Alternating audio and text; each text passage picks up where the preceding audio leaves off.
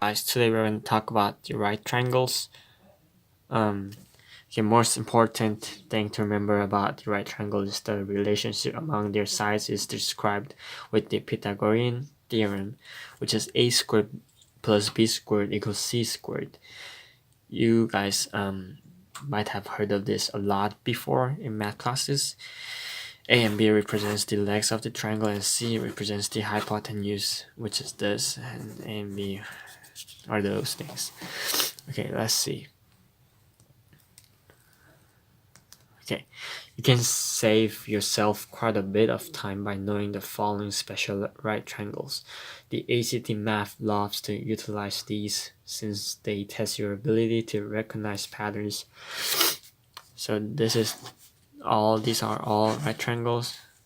And for the rectangles which has 45 degree, for the other ones I've set the 90 degree, the ratio would be 1 to 1 to square root of 2, and this is the hypotenuse and this is the legs. And for which has 30 and 60 would be square root 3 to 1 to 2. So this would be this, and this would be that, and this would be this. But most importantly, you can just use the Pythagorean theorem. That's what I do. Let's read it. You should know these three triangles like the back of your hand.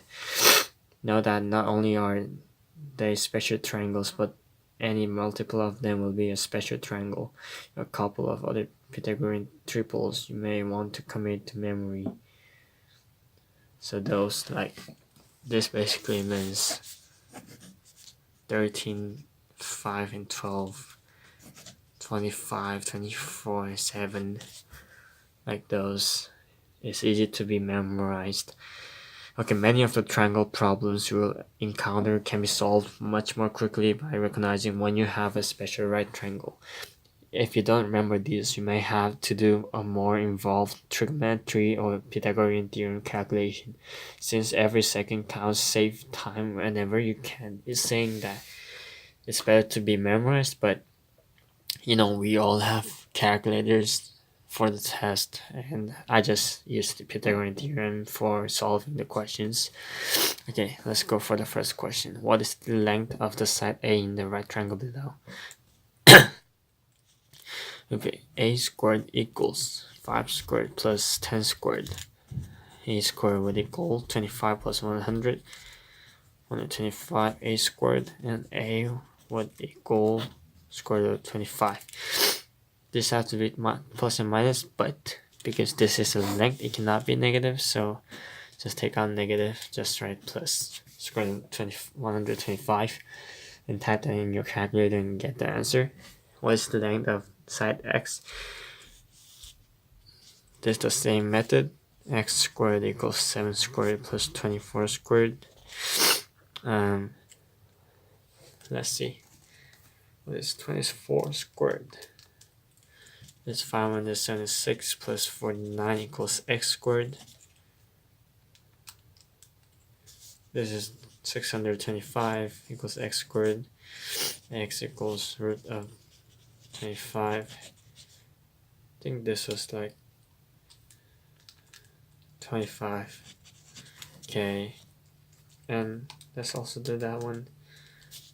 This is similar to 11.18. And for number 3, what is the length of side B in the right triangle below? Okay, so 20 squared equals B squared plus 17 squared. 400 equals B squared plus 289. It is better to be memorized for like some squared numbers. So if we put this here, 111, I guess this would be the answer for this.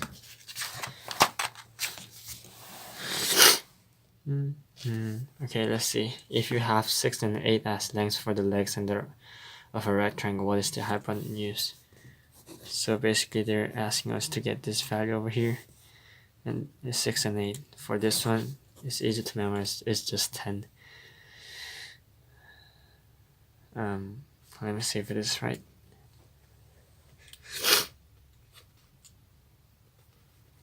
10.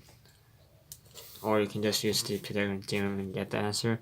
For number 5, if you have 10 and 10 as the length of what is the length of the hypotenuse? 10 and 10 x squared equals 10 squared plus 10 squared, which is 200. X equals square root of 200, which is 10 root 2. You can solve it like this, or by memorizing this special right triangles, but I solve it with the Pythagorean theorem. Okay, today we talked about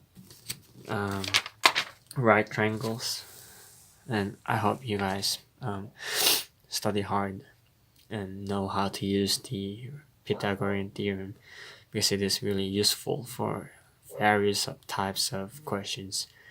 Yeah, this is the end of the class.